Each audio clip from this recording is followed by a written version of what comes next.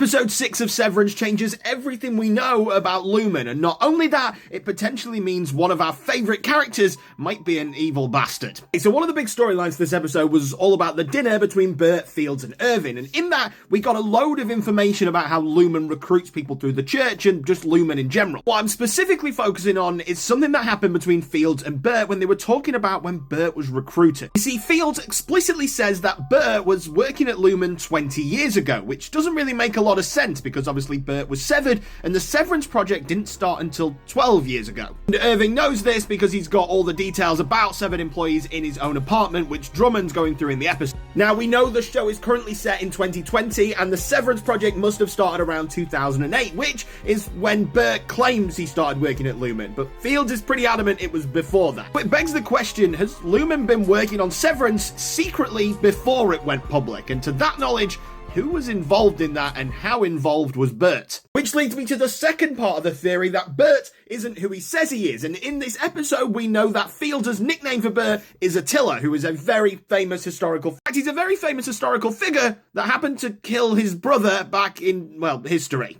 Do you know who else's brother was killed in Severance? Keir Egan's brother, Dieter Egan. Is Bert Dieter Egan? Is this what we're all building up to? Is Bert more involved with Lumon than we first thought? Did Bert even come up with the Severance project with Keir? I'm telling you now, Bert and Fields are way more involved in Lumon than we first thought, and as much as I want to love Christopher Walken, I think he might be an evil bastard in this show.